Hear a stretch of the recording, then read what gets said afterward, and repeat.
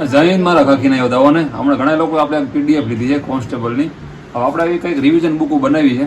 આ 1 વર્ષ ઉપર મહેનત થઈ છે બનાવતા. એમાં હવે ઘણા શું કે ખબર છે એ કે અરુણભાઈ આટલી બધા બુક રહી કેમ લઈ ઘણી લીધી છે પણ એ રિવિઝન કઈ રીતના કર્યું અને આવા સવાલ બધાને બહુ જ હતા. પણ ભાઈ આ બુક જે રહીને તમારે એક બુક એક દિવસમાં કમ્પ્લીટ થઈ જાય કેમ કે મેં ખુદ આ બુક રહી 5 6 સવાર રિવિઝન મેં કરેલી છે. એટલે એક બુક રહીને એક દિવસ તમારે જોઈ 8 થી એટલે કમસે કમ 10 થી 11 કલાક દેવી પડે. 10 11 કલાક તમે આપણને એક બુક કમ્પ્લીટ થઈ જાય. 6 દિવસ થાય. 6 દિવસમાં આખું મેં પહેલાં જ વાત કરી કે આખી આ રિવિઝન બુક છે સમજાણું. નગર તો બાકી તમે એક સબ્જેક્ટ બંધારણે મોટું 500 પેજનું લો તો એ તમારે અઠવાડિયામાં પૂરું થાય. એટલે આ બધી વસ્તુ હોય રિવિઝન છે જેને એકવાર વ્યવસ્થિત સિલેબસ પૂરો કર્યો હોય એને વધારે ઉપયોગી બને. બાકી આ મોસ્ટ ઓફ મેં મૂક્યું તો કાંઈ છે નહીં પણ આપણા રીતે બધું શું કહેવાય કવર તો કરી લીધું છે પણ તોય આ શોર્ટ બુક કહેવાય ટૂંકમાં રિવિઝન કહેવાય.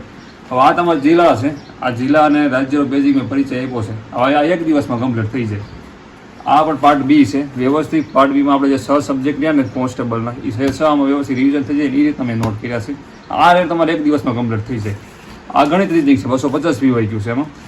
અને આ વિજ્ઞાન છે જે 15 ટોપિક આવડ્યા એ પ્રમાણે છે એ આ બધા એક દિવસ થાય. ટૂંકમાં હાથે રાઇટિંગ કરેલું હાથે લખેલી હોય ને બુક મોટી જ હોય પણ એ રિવિઝન કરતાં બહુ એટલો બધો વાર લાગે ને ફટાકે થઈ જ જાય. આપણે લાગે એવું જાજા પીએ છે. આ જીસીઆરટી છે 6 થી માંડી 10ની અને આને એક જ દિવસ થાય. તો વ્યવસ્થિત રિવિઝન કરેલું પહેલી વાર હોય તો થોડું વાર લાગે બાકી વધારે વાર લાગે નહીં. અને આ MCQ છે BYQ આપણે પાર્ટ બીના.